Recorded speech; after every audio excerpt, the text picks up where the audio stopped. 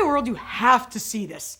European politicians met in France for a summit called the Conference on the Future of Europe, and the French opened it with an interpretive dance performance that definitely raised some eyebrows and literally caused politicians to wince. On top of it, the dance lasted nearly 10 minutes.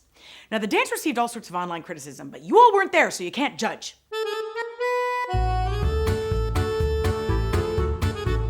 Apparently, the French president wasn't so impressed. Maybe that's because it's a weird thing to do when there's a war in Europe. You can't make this up. We got a lot going on today. We'll talk the latest in Ukraine, how a former dictator's son got elected in the Philippines, protests and political turmoil in Sri Lanka, a UN agency that, surprise, surprise, squandered millions in your money, and we're celebrating Star Wars creator George Lucas's birthday and his amazing charitable work. Before we start though, please hit that subscribe button below, click the notification bell, and like this video.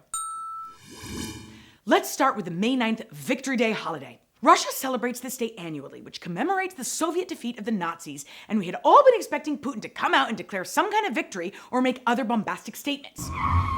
And basically, he didn't say much. He used the historical significance of the day to try and push his lie that just like in World War II, the Russians were again fighting to defeat Nazis, but this time in Ukraine. But we've heard all that already. What was interesting was what he didn't say. He didn't declare victory. He didn't officially announce a war. He didn't say he was going to strike arms shipments. On one hand, not saying this stuff means the Russian government hasn't been able to secure something it can sell as a win. But it also means the Russians aren't going anywhere and that this war could really drag on. This week, a school was struck in the Donbas area under Russian control, killing 60 civilians who were sheltering there in just one strike. And now Russian bombardments of a port city called Odessa have increased. Fierce fighting between Ukrainian and Russian troops also continues at a steel plant in Mariupol, which is the last pocket of resistance there. Luckily, the UN and the Red Cross were able to evacuate hundreds of citizens who were stuck there and had been living in the basement under bombardment. And the world continues to support Ukraine and protest Russia's actions. On Mother's Day, Dr. Jill Biden went to Ukraine and met with Ukraine's First Lady, and Canadian Prime Minister Justin Trudeau visited Kyiv in a surprise visit.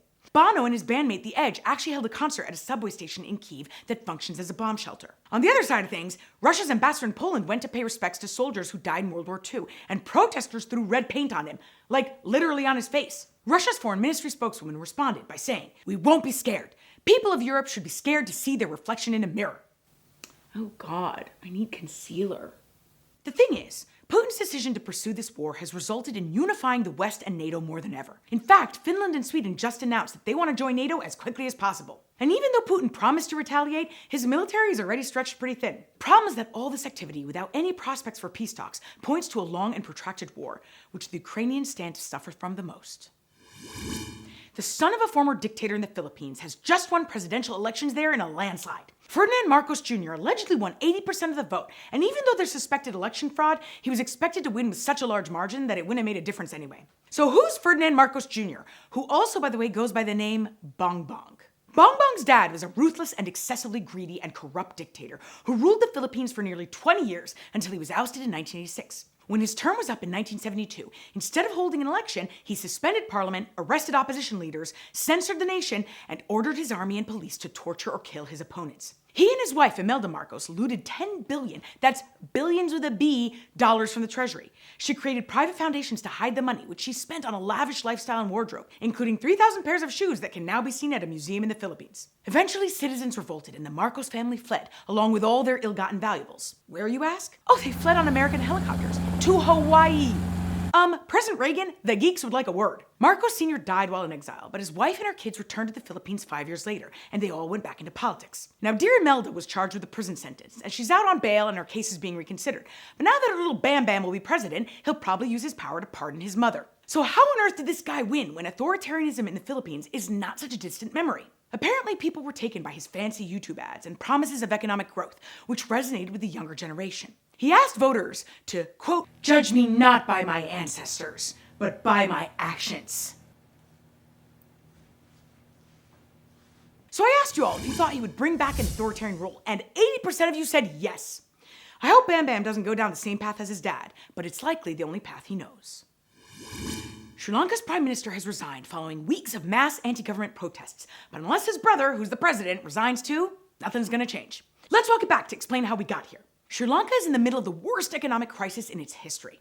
Inflation there is spiraling out of control, and the government's debt has skyrocketed, which means the country can't import even the most basic essential goods. There are also major food and medicine shortages, fuel is unaffordable, and there are constant electricity cuts. So people have hit the streets to protest against the government, but specifically against the Rajapaksa family that has been ruling the country for nearly 2 decades. One protest turned deadly when the governing family allegedly bust in pro-government thugs to attack peaceful protesters, resulting in 8 deaths and 200 injured. And most of the protests have been peaceful, but some protesters have looted shops and burned down homes and other buildings related to the ruling family. So the prime minister and 2 of his brothers who were ministers in the cabinet also resigned. But there's still one brother left.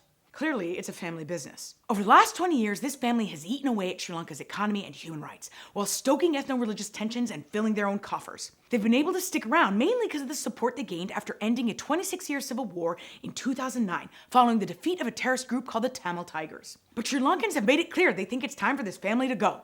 So the president has responded the way most dictators do, which is to hang on to power. He just announced he would build a new cabinet and would share more power with the parliament in order to quell protests and restore order. But that's clearly not what the people want. I don't like this guy, and I think it's time for him to go too. But regardless of whether or not he resigns, Sri Lanka is going to face a bumpy road toward economic recovery and political stability.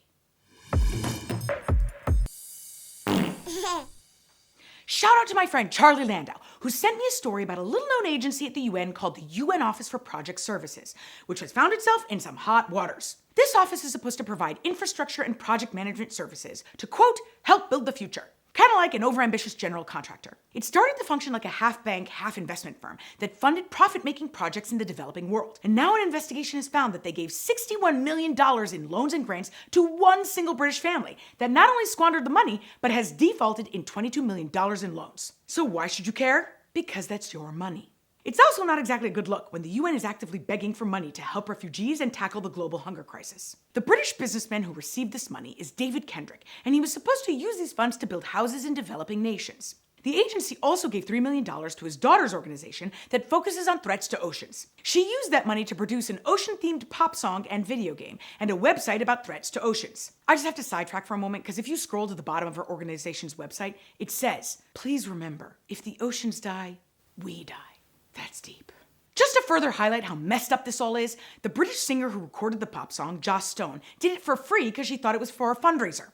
The family's lawyer released a statement saying they regret the fact that they appear to have become, through no fault of their own, the targets of a campaign seeking to harm their reputations. Yeah, except the numbers speak for themselves. The fact is that UN auditors say they may lose as much as $22 million in bad debt from this. Now listen, crooks are everywhere. What's unacceptable is how a UN agency just handed over $61 million of the world's taxpayer money without any kind of due diligence or oversight. The head of the agency has now resigned, but who knows if they'll ever recuperate that money. For that reason, both this UN office and the Kendricks are on my list this week.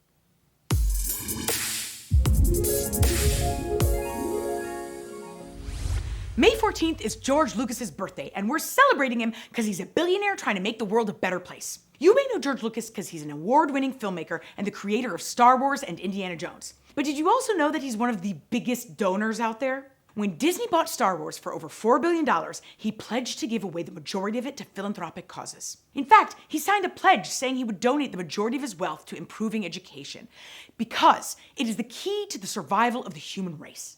We have to plan for our collective future, and the first step begins with the social, emotional, and intellectual tools we provide to our children. The George Lucas Educational Foundation transforms K-12 education by giving students the knowledge, attitudes, and skills necessary to thrive in their studies, careers, and adult lives. And given the achievement gap we face here, paying it forward like that could make all the difference for these kids and also for this country's future. If you want to learn more, visit edutopia.org. George, happy birthday. May the 14th be with you. Thanks, Geeks. There was a lot this week. We didn't get the chance to talk about a piece of sad news. The world is mourning the death of a Palestinian-American Al Jazeera journalist named Shireen Abu Akleh, who was shot dead while covering an Israeli raid in the West Bank. She covered the Mideast conflict for over 25 years. The Israeli government has pledged to do an investigation, but whatever happened, a reporter who was clearly marked as press was shot and killed. And so I'm hoping the investigation gets to the bottom of what happened and results in some accountability and justice. I'll keep you posted as I learn more. Before you go, please like this video, click the subscribe button and the notification bell, and if you have something you want me to talk about, reach out to me over social media and I will definitely give you a shout out. Stay fabulous, Geeks.